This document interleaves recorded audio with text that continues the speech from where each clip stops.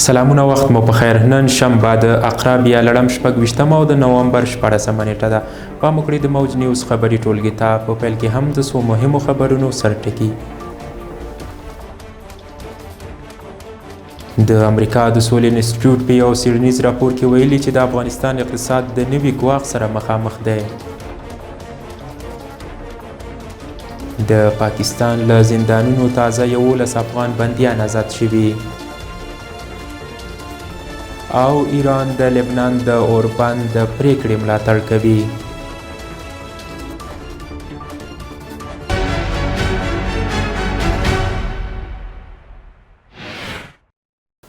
اوس هم بشپړ خبرونه. زه وحید الله توحیدی یم. د امریکا د سولې انسټیټیوټ USIP په یو څیړنیز راپور کې ویلي چې د افغانستان اقتصاد د بشري مرستو د کمښت له امله له نویو او څو اړخیزو ګواښونو سره مخ دی. په راپور کې راغلي هغه نقدي مرستې چې د ملګرو ملتونو له لارې امریکا چمتو کولې د افغانستان د اقتصادي ثبات لپاره اړینې وې، خو د دغو مرستو کمښت به د بېوزله خلکو وضعیت لا خراب کړي. راپور زیاتوي چې نړیوالې ادارې کولی شي د اسلامي امارت زیان رسوونکو سیاستونو سره د مخالفت ترڅنګ به وضعیت کې مثبت بدلون راولي.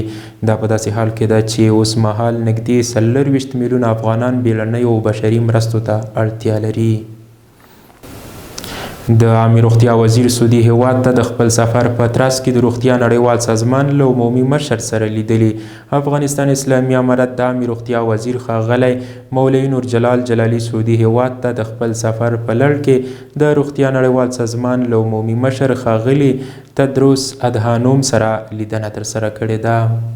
په دې لیدنه کې له مقابل لوري د روغتیا په برخه کې د لا زیاتو همکاریو پر راجلبولو، د پولیو او ورته نورو ساري ناروغیو سره د مبارزې په غښتلتیا، د هیواد په سپینو سیمو کې د روغتیايي خدماتو برابرولو، په نړیوالو روغتیايي کنفرانسونو او ناستو کې د عامې روغتیا وزارت د استازو پر ګډون پر یو شمېر نورو اړینو او مهمو موضوعاتو بحث او خبرې ترسره شوې. په دغه لیدنه کې د عامې روغتیا وزیر ښاغلي مولوي نور جلال جلالي د خپلې وینا پر مهال وویل د اسلامي امارت له واکمنېدو را په دې خوا موږ هڅه کړې چې له خپلو داخلي سرچینو د روغتیايي سیسټم تمویل زیات او لا یې غښتلی کړو. نور جلال جلالي زیاته کړه هڅه کوو چې د ولسوالیو په کچه روغتیايي سیسټم غښتلی کړو. ښاغلي جلالي په هیواد کې د روغتیايي سکتور د ځان بساینې ته په اشارې سره وویل هڅه کوو د هیواد په ټولو ولایتونو او ولسوالیو کې غښتلی او هغه څه چې د ولسوالۍ لپاره اړین دي ترسره کړو.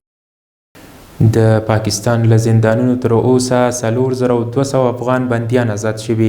د یاد هیواد په کراچۍ ښار کې د افغانستان د قونسلګرۍ مشر سید عبدالجبار تخاري پر خپل ایکس پاڼه لیکلي چې د دغه هیواد د سند ایالت له زندانونو تر اوسه زرګونه افغان بندیان د دوی په هڅو آزاد شوي او خپل هیواد ته ستانه شوي دي. په ورته وخت کې نوموړي په خپله ایکس پاڼه د 11 نورو افغان بندیانو د ازادېدو خبر هم ورکړی چې تېره ورځ هیواد ته راستانه شوي دي.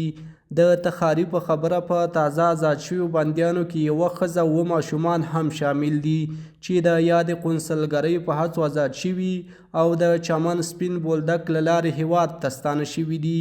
د دې ترڅنګ تخاري زیاته کړي تر دې وړاندې هم د ښځو او ماشومانو په ګډون 4258 افغان بندیان د سند ایالت له مختلفو زندانونو آزاد شوي دي. دا په داسې حال کې ده چې د دې وړاندې هم د کډوالو بیرته راستنېدونکو چارو وزارت د پاکستان له زندانونو د 9 تن افغان بندیانو د آزادېدو خبر ورکړی و. د یادونې وړ ده چې تر دې وړاندې هم د ګاونډیو هیوادونو په ګډون بیلابیلو هیوادونو په یوه او بله بهانه افغان کډوال نیولي او زنداني کړي دي چې ځینې له بند آزاد او ګڼ شمېر نورې لا هم په بندخونو کې د ژوند سختې شپې او ورځې سبا کوي. د بهرنیو چارو وزارت سیاسي مرستیال غزني ته سفر کړی. د بهرنیو چارو وزارت سیاسي مرستیال شیر محمد عباس ستانکزي په غزني کې د ابراهیمي مدرسې څخه زده کوونکو د دستاربندۍ په مراسمو کې وویل چې د اسلامي نظام ساتنه د هیواد د هر وګړي دنده ده. په یادو مراسمو کې د بهرنیو چارو وزارت سیاسي مرستیال د یادې مدرسې زده کوونکو ته د فراغت مبارکي وویله او زیاته کړه غزنی یو تاریخي ښار دی او د دغه ولایت اوسیدونکو تل د هیواد په سیاسي برخلیک کې رغنده رول لوبولی دی. هغه زیاته کړه په هیواد کې اشغال پای ته رسېدلی، د هیواد په هره برخه کې امنیت ټینګ شوی او د بنسټیزو او بیا رغونې پروژو د تطبیق چارې روانې دي. د بهرنیو چارو وزارت سیاسي مرستیال د اسلامي امارات له سیاسي مخالفینو څخه چې په لویدیځو هیوادونو کې میشت دي وغوښتل چې هیواد ته راستانه شي او خپل پاتې ژوند په سوله او امنیت کې په خپل هیواد کې تیر کړي. په دې غونډه کې د غزنی والي حافظ محمد امین عمري په خپلو خبرو کې د دغه مدرسې دیني عالمانو او زده کوونکو ته د فراغت مبارکي وویلې او د غزنی له ښاریانو وغوښتل چې له دیني مدرسو او ښوونځیو سره خپلې مرستې زیاتې کړي او خپل اولادونه زده کړو ته وهڅوي. د هغه په وینا په غزنی کې ټولې دیني مدرسې د دولت له لوري راجستر او ملاتړ کیږي. دغه راز د ابراهیمي مدرسې مسؤل قاري سبحان وویل چې له یادې مدرسې تر یو کلن دیني زده کړو وروسته 40 تنه دیني عالمان او د قرآن کریم حافظان فارغ شوي دي. د هغه په خبره اوس مهال په دغه مدرسه کې 250 نجونو په ګډون زرګونه کسان په دیني زده کړو بوخت دي. افغانستان ته د ایران غیر نفتي صادرات 1.3 میلیارډ ډالرو ته رسیدلي. ایراني چارواکو ویلي چې د روان کال په لومړۍ 7 میاشتو کې افغانستان ته د ایران د غیر نفتي صادراتو کچه 1.3 میلیارډ ډالرو ته لوړه شوې.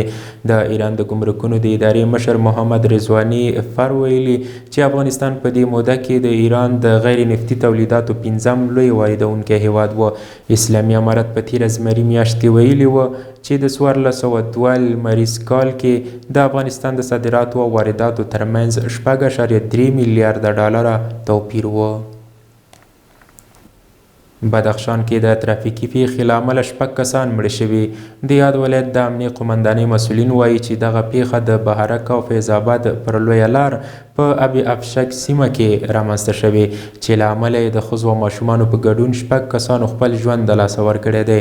د دغه ولایت د امنیه قمندانۍ ویان احسان الله رسنیو ته ویلي یاده پیښه هغه مهال رامنځته شوه چې یو پاسو ډوله موټر له سړک څخه ووښت او په سیند کې ډوب شو.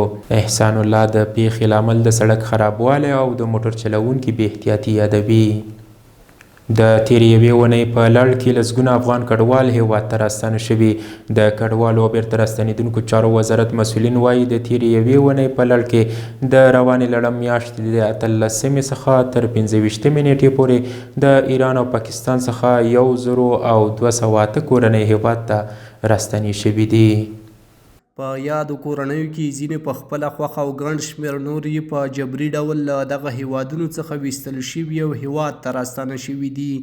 د مسؤلینو په خبره د یاد شمېر کسانو له ډلې 891 کورنۍ د ایران او 319 کورنۍ بیا د پاکستان څخه هیواد ته راغلي دي.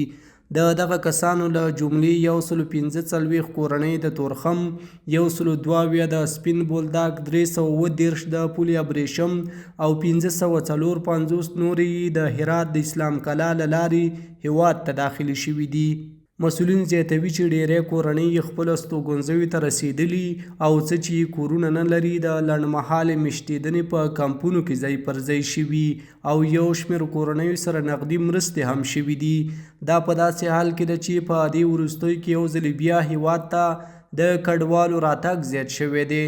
د یادونې وړ ده چې تېره میاشت د سرپرست حکومت د کډوالو بیرته راستنېدونکو چارو وزارت اعلان وکړ چې په تیر کال کې 1,999,603 تنه له ایران، پاکستان او نورو هیوادونو څخه افغانستان ته راستانه شوي دي.